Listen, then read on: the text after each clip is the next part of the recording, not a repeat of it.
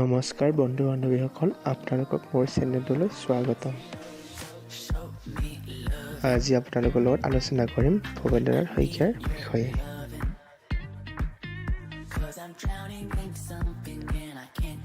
ভৱেন্দ্ৰনাথ শইকীয়াৰ জন্ম হৈছিলে 20 ফেব্ৰুৱাৰী 1932 চনৰ নগাঁও জিলাত।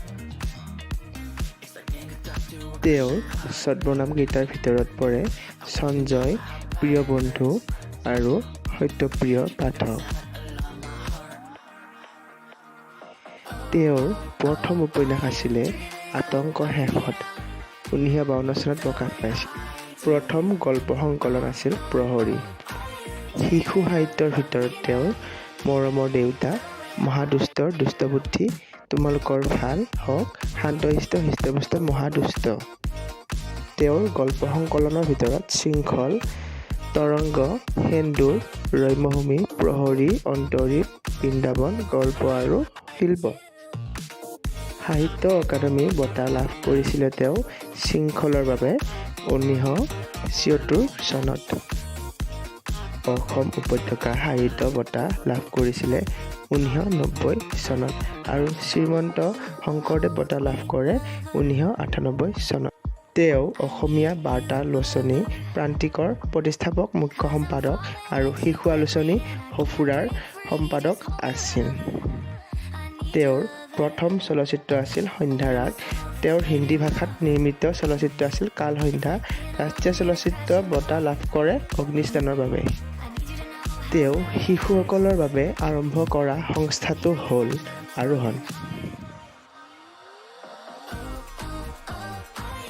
2004 চনত অসম সাহিত্য সভাই তেওঁক মৰণোত্তৰভাৱে সদস্য মহিয়সী সন্মান আগবঢ়াইছিল যদিও পৰিয়ালৰ অসন্মতিৰ বাবে এই সন্মান প্ৰত্যাহাৰ কৰা হয়।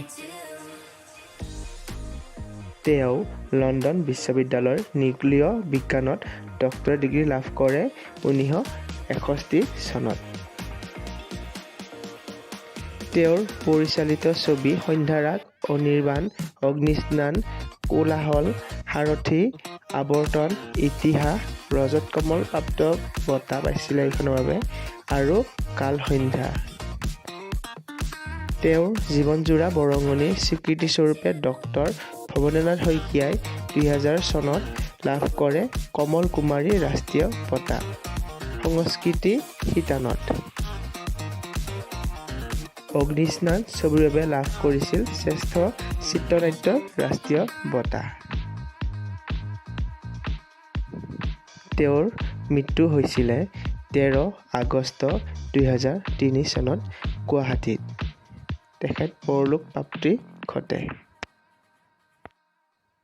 আপোনালোকৰ যদি মোৰ এই ভিডিঅ'টো ভাল লাগিছে, আপোনালোকে ভিডিঅ'টো লাইক কৰিব আৰু চেনেলটো ছাবস্ক্ৰাইব কৰিব। আৰু প্ৰথম আহিছে যদি চেনেলটো নিশ্চয় আপোনালোকে ছাবস্ক্ৰাইব কৰিব। ধন্যবাদ।